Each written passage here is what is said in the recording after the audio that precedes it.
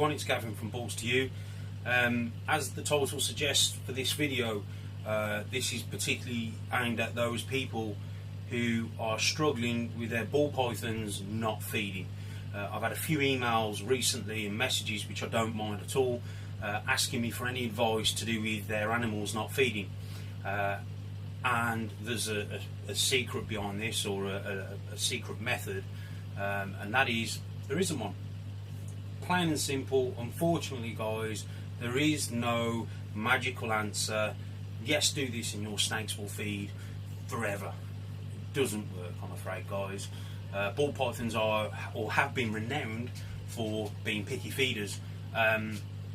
It's a little bit better now with sort of what I would call captive evolution. So obviously through breeding these snakes in captivity, they've sort of not completely evolved, but they're sort of better feeders than what they used to be, that's for sure. There's a few things, guys, that you need to understand, okay? And before you go asking questions to people, which again, I don't mind, but when you ask me a question, I'm going to ask you a question back. So, and that answer would be, have you tried this prey, that prey, mouse, a rat, a multi, a chick?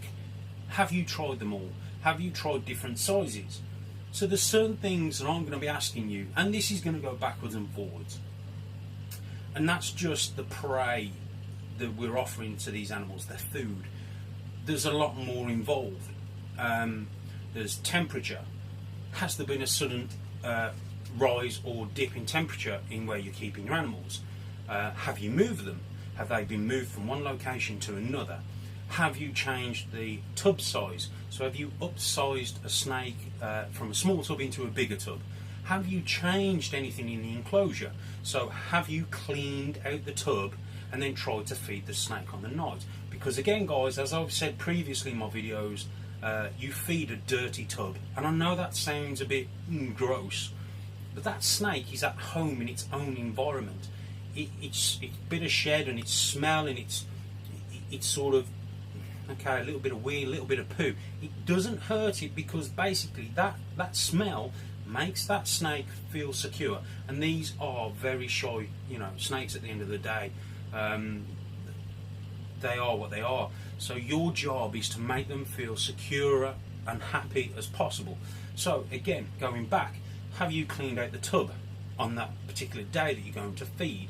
And again, I would always advise, don't clean and feed on the same day, okay? You feed them, wait a couple of days, and then you clean them. That's my advice, okay? Have you changed their hide? Have you taken a hide away? Have you put a bigger hide in there? Have you, like I said, moved it to a bigger tub? You need to be looking at these things before you start looking at your prey items. If that snake was feeding on rats or morties or mice before, what's caused a sudden stop in it feeding? I can tell you, I've moved snakes from one room to another and they've stopped feeding. I've moved them back and they've started feeding again. Didn't change anything in the tub, I didn't do anything different, I just moved them literally from one room to the next. Sure enough, bang, they stopped eating. There's little tricks you can do. Obviously with a big rack system you can't exactly put a towel over it, but if you've got yours in a little tub, like, and it's a pet, you can put a towel over it, okay, to make it darker and feel safer and secure. There's little things like that. This is even before we come to changing the prey item. So before we go through and we start changing, I've tried it on a mouse and that didn't work, I tried it on a multi and that didn't work. There's other things in its enclosure that you can adjust or double check to make sure that everything is okay and there's no reason for that snake to go off food. The other thing, again, before we go on to prey items, it's seasonal. So with breeding males or breeding females, and when I say breeding, I mean mature males or mature females. Certain times of the year, snakes will go off food and they will be at the front of the tubs and they'll look like they're looking for food. You offer them food, not interested. The reason why they're not interested is because it's not food they're looking for. They're either looking for that female or that male. Okay, so there's factors like that are involved as well.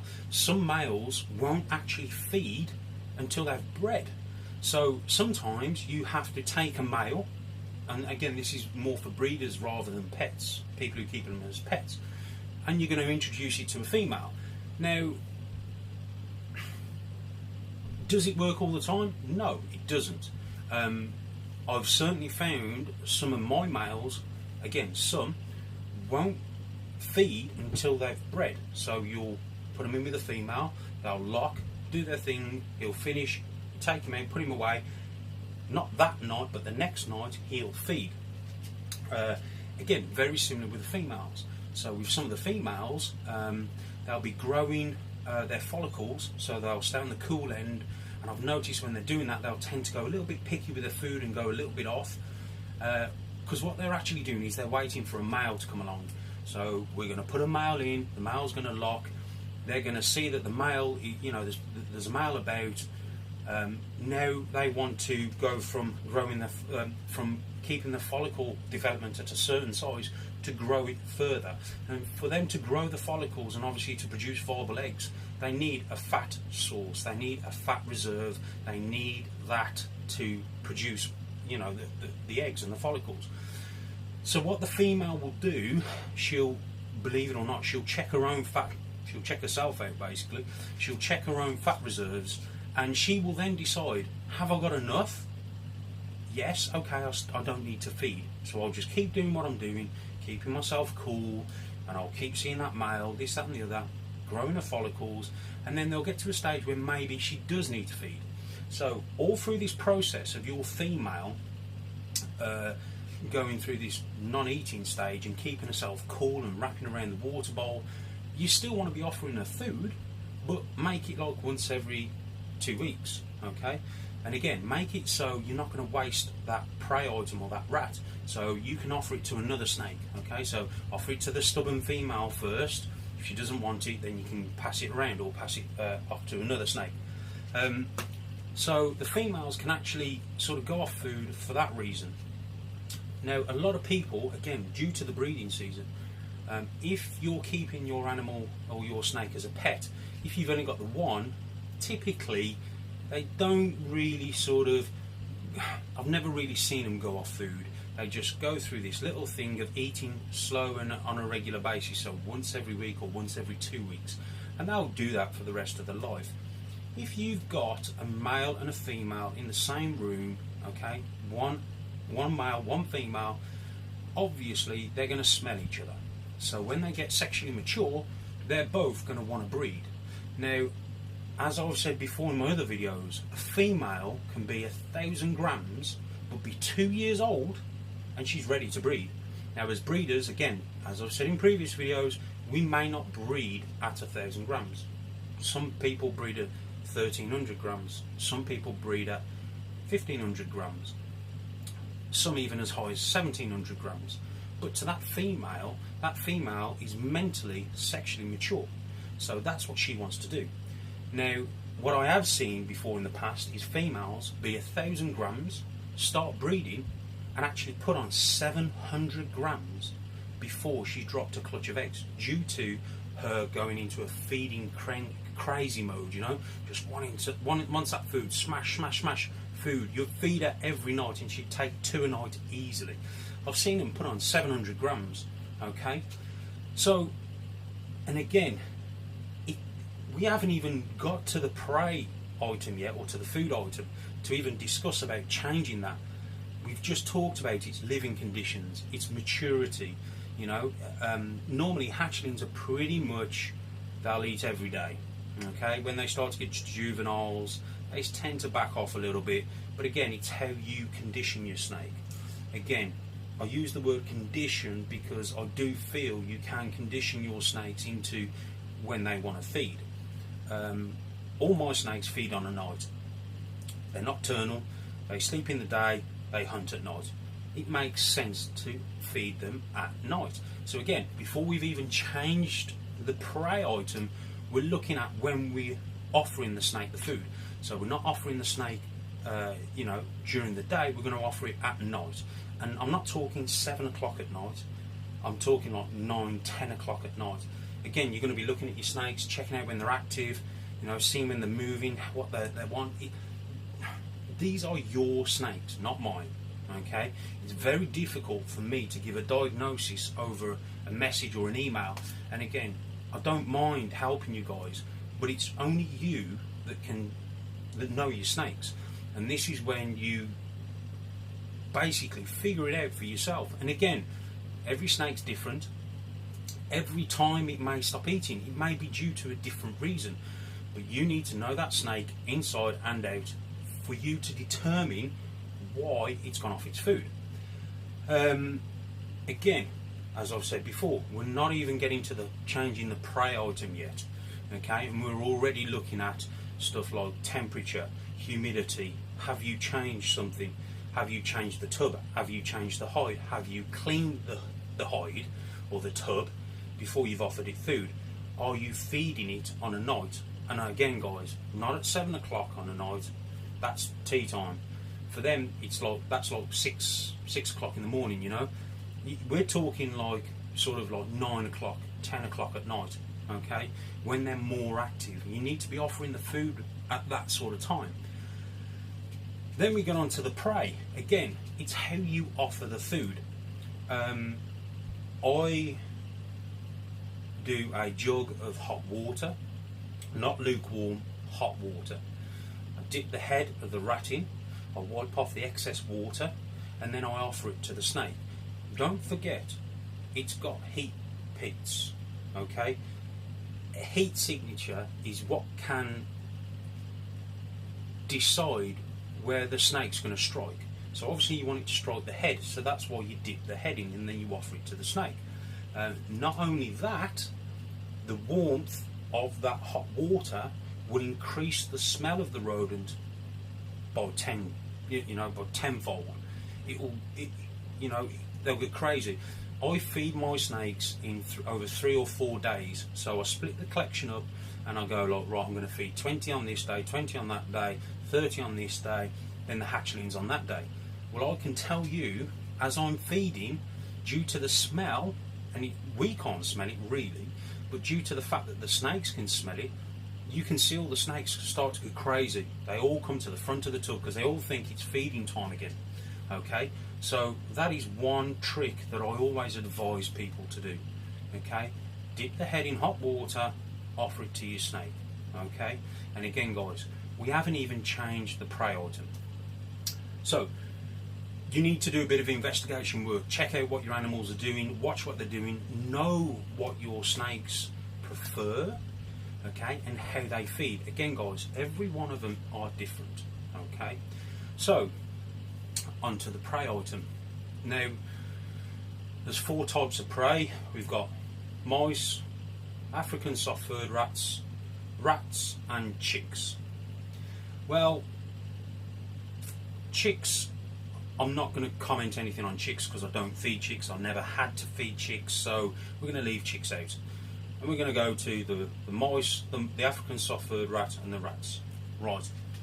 As you all know, my preference is African soft-furred rats all day long. And again, I do feel it's steak for your snakes. But there are times when you need to be offering a varied diet. Okay, so let's go back to females. Let's start with females. It's probably best that you don't feed a female on mice. But if you are going to feed it on mice, okay, there's nothing wrong in that. You've just got to understand, one mouse isn't going to make a female breeding ball python, want to produce follicles. So you're going to have to feed it, pretty much either 2 mice a night over, until she's satisfied as such, or you're going to have to, sort of think about maybe not breeding her. Again, you guys are the ones that's going to look at your snake and you're going to know, yes, it's 1,500 grams, but she's like a colubrid, or she's 1,500 grams and she's fat like a blood python, So you're going to look at your snakes and you're going to determine how they are. So with females, I would always suggest African soft-furred rats and rats. If you've got snakes that will take both, fantastic. Vary the diet a little bit, okay? Because we all like a bit of beef burger, okay? We can't eat steak every night, but beef burgers are nice. So vary the diet a little bit. Maybe one week give them an African soft-furred rat. Maybe the next week give them a rat. Again, some snakes won't take rats. They'll only take African soft-furred rats. Some snakes ain't bothered. They will take whatever they can get. Some snakes actually won't take African soft-furred rats. They'll only take rats. So again, this is your snake, your animal. You should know, or hopefully you should know, how they are and what they like. So that's that for females. Okay, let's talk about males. Right, males are a little bit different. I used to think all your snakes should be on rats or African soft-furred rats. I've since realised that as long as that male is eating, I don't care. Okay, whether it's a mouse, an African soft-furred rat, or a rat, I do not care. As long as that snake male is having some sort of food, I'm happy. Okay, obviously with the African soft-furred rat and the rat, that male is going to put on weight. Okay, now that weight sometimes isn't good, as in like you can get fatty males, but you want to keep your males, you know, especially for breeding purposes, you want to keep them sort of that athletically sort of lean, you know, breeding machine if you like. So mice, if they will only take mice, that's fine. Okay, don't be afraid of offering a mouse. A lot of people frown upon, especially in the UK, they frown upon their snakes when they feed mice or African soft-furred rats. The reason why they frown on African soft-furred rats is because they struggle to get them. So even though they know they're the best, they struggle to get them, so they tend to sort of not want to feed them the African soft-furred rat. With mice, they're ready available. You can go to any pet store pretty much and they'll have mice. So running out of mice isn't really going to be a problem. So if that male will only take a mouse, feed it a mouse. It's taking a meal, happy days, job done. Hatchlings. I start all my hatchlings off on mice, and then I keep them on mice until either I decide yes I'm keeping that one, or no, that one's going for sale. Right, that one's going to be, you know, for sale snake. Now with my snakes, I tend to feed them on a mixture of hatchlings, this is mice and African soft-furred rats. With snakes that are going for sale, the reason why I keep them on mice is because, again, as I've said, if I start feeding everything on multis or African soft-furred rats, the people who are buying the snake may not be able to get the African soft-furred rat. So then we've got a problem, because sometimes hatchlings can pretty much, or what I have seen is that you can get some which will eat virtually anything you put in front of them, and then you've got some which are picky. Okay, so for me, starting them off on mice is the best way. Get some feeding, get some metabolism going, and sure enough, what I have noticed is you can do the old switcheroo. Okay, so you can feed them a mouse one night, and then the next night offer them a little rat, and they'll take it, or vice versa. Or on the same night you fed them a mouse, they may, you know, a small mouse, smaller than normal, and then offer them a rat. You know, you can do that sort of thing with the hatchlings, and pretty much you can swap and change. So, and again with the yearlings, or the snakes which are growing up to become breeders, again a nice varied diet depending on how they are. But the key is, as long as they're feeding, doesn't matter if it's a mouse, an African soft-furred rat, or a rat. Okay, so that basically covers that angle. There's one more angle we need to talk about regarding prey, and that is live feeding. In the States, it's not a problem, okay, but in the UK, as you're probably aware, it's against the law to feed a live rodent to a reptile. To be honest with you guys, I don't agree with it, and the reason why I don't agree with that is simply because you are a reptile breeder, you are a snake keeper, hobbyist breeder, whatever you want to call yourselves, that's what you are. And you have a responsibility to the animals that you are keeping. And for me, that should overrule the health of your animal, which is the snake in question, should overrule that factor. So if you have got animals that do feed live, it's one of them. It's a bit of a grey area. If that snake will only eat live, unfortunately guys, you've got no other option. Okay, but you need to be aware of the law. I don't know if in the States or in Europe, if that law changes in certain states, I don't quite know. But all I can tell you is in the UK, it is against the law to feed live prey. I've certainly seen people feed live rodents to snakes in the States, and I've certainly seen it's a lot quicker and a lot easier. You know, they just open the tub, drop it in, shut the tub, away they go. If you are going to feed live, guys, there's a few guidelines, okay? And the one thing you don't do is you don't put an animal, a live rodent, into a tub with a snake and leave it overnight. So you don't put it in, walk away, go to bed and forget about it. Unfortunately, if you don't want to be around when the snake strikes at the rodent, then leave the room and check it every 10 to 20 minutes, okay? And the reason why I say that is because if you go online and Google stuff like rats eating snakes, you'll see that people have basically put a live rodent in there, they've left it, they've come back the next morning and their snake is dead due to the rodent defending itself. Okay, and again, if you have got animals that are feeding live, you know, think about the size of the prey that you're putting in. You know, don't put a big item in there with a small hatchling, because it's fight or flight, I'm afraid, guys, and your snake's going to end up coming off the worst. So bear that in mind. It's not a pretty sight, and it's something that I don't condone, especially when you see people putting up videos of snakes feeding live. I don't condone that, guys. There's nothing nice in watching an animal being taken down. If you want to watch that sort of stuff, there's a Discovery Channel, watch it on there all day long. But you've got a responsibility to your snake. That's how I see it. Your snake comes first, unfortunately. Okay. So, again, going back, you need to check a few things. You need to check the tubs, you need to check the conditions, you need to check the temperatures, the humidity, the time of year, your age of the animal, of the snake. You know, is it sexually mature? Is it going through the breeding process? Have you got females and males in the same room so they can smell each other? Okay.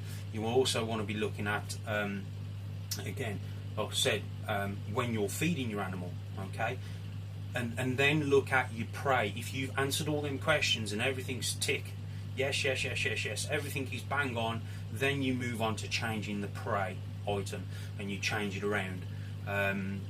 It is what it is. I'm still learning. I learn every time I open a tub. I see something different that you know, it's just crazy. So always keep looking at your snakes, read your snakes, and then you can determine what that snake wants.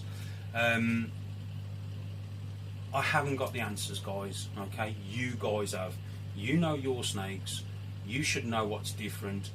And again, I don't mind answering questions for you guys. I really don't. It's quite nice. You know, if I can help people, I will. But the problem becomes it's a long process trying to bounce questions backwards and forwards over text messages or messages to try and establish what's changed in the environment for that snake to stop eating. Okay? And this is where you guys come in. Like I said, you need to be looking at your snakes, reading your snakes, and seeing what's different, you know, and trying to put the pieces together yourself. Sometimes it's just one of them things. Like I said, I haven't got a magic wand, I haven't got a crystal ball, I really haven't got all the answers. But if you can go through them steps, them processes, and process every bit of information and go, yes, I've actually upgraded the tub. The snake has gone into a bigger tub, stopped eating. Since then it stopped eating. That's the problem. Okay, put it back in the smaller tub, leave it for a week, see if it eats. guarantee you, if that's the problem, it'll eat. Okay. The other thing is as well, very quickly, one thing I forgot to mention is shedding. Some snakes you can't tell that they're actually going through a shed cycle. So, for example, blue-eyed Lucies. Sometimes it's very difficult. Yes, they go pink, but before they shed out, they go through a stage where they look normal. And of course, you've looked at them in the morning, they look okay. You come to them on the night, they still look okay. Offering them food, nothing. And again, it begs the question: why is it not eating? It's ate for me, weeks and for weeks and weeks now, and now it's not eating. It just so happens that you've caught it halfway through its shedding cycle, and at this point, it's just going through that phase where it looks normal, but it's about to shed out. On stuff like pastels or spiders, you can see a colour difference. So you can look at that snake and go, hang on, it's darker than normal, it's going into a shed. I won't feed it tonight, I'll wait for it to shed out. Okay?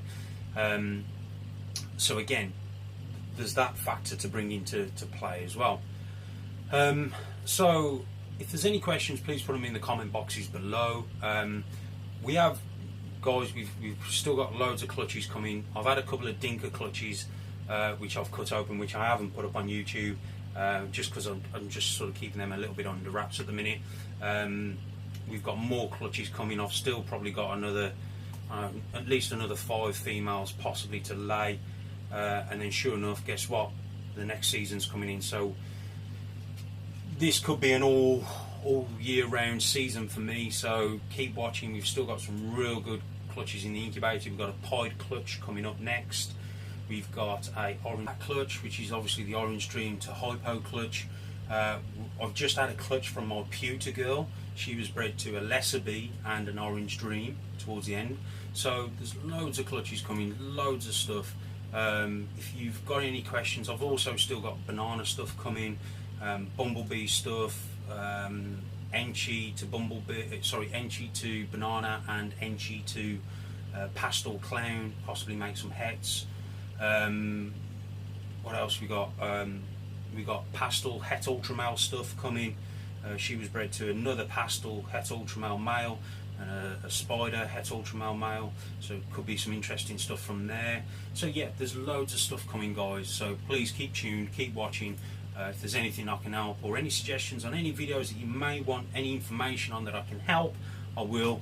And again, if you're breeding, keep breeding and hope you're having fun. And again, if they're your pets, I hope you're enjoying them. And believe me, these are just amazing animals, and we've got loads of stuff coming in the future. Alright guys, take care and I'll speak to you guys soon.